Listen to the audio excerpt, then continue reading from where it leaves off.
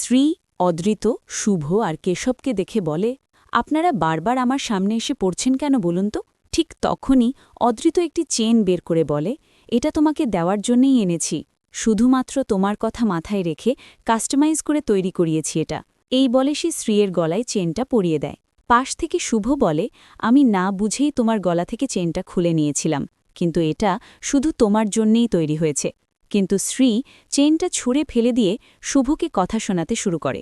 তখন শুভ বলে, আমাদের সাথে যেভাবে খুশি আচরণ করো সহ্য করে নেব, কিন্তু তোমার নিজের বাবার সাথে এরকম ব্যবহার করলে আমি মেনে নেব না।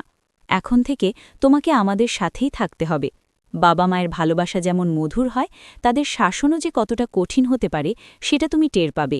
এই বলে সে সেখান থেকে প্রস্থান করে। এরপর শ্রী সৌম্যর পিছু পিছু ঘুরতে থাকলে সৌম্যর বন্ধুরা তাকে জিজ্ঞেস করে, আরিয়া তোর পেছনে কেন ঘুরঘুর করছে, ব্যাপারটা কি? এমনকি সৌম্য যখন সাজকে পড়া বোঝাচ্ছিল তখনও শ্রী বারবার ফোন করে তাকে বিরক্ত করতে থাকে, কিন্তু সৌম্য ফোনটা তোলে না। ওদিকে কেশব শুভকে ফোন করে বলে, আমাদের আগের পরিকল্পনা পাল্টাতে হবে, বাতিলও হতে পারে, আর কোনো বিকল্প দেখছি না। এই বলে ফোন রেখে দেয়।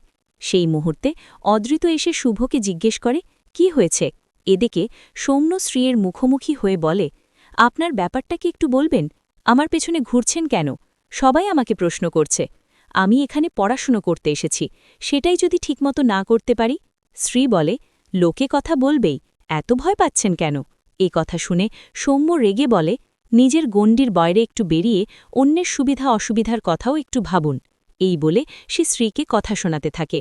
ঠিক তখনই শ্রীয়ের ফোনে একটি মেসেজ আসে। সেটা দেখে শ্রী অবাক হয়ে বলে, ড্যাড আমাকে মেসেজ করল কেন? এরপর শ্রী আকাশের কাছে গেলে আকাশ কান্নার ভান করে শ্রীকে নিজের মতো করে প্রভাবিত করার চেষ্টা করে।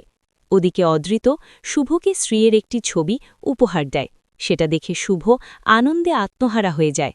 অদৃত বলে, ও যেদিন বাড়িতে ফিরে আসবে সেদিন আমরা তিনজন মিলে একটা ছবি তুলে ফ্রেমে বাঁধিয়ে রাখব। শুভ বলে, সেই লক্ষ্যেই তো এগিয়ে যাচ্ছি। কিন্তু অদৃত জিজ্ঞেস করে, আসলে কি হয়েছে, একটু খুলে বলবে?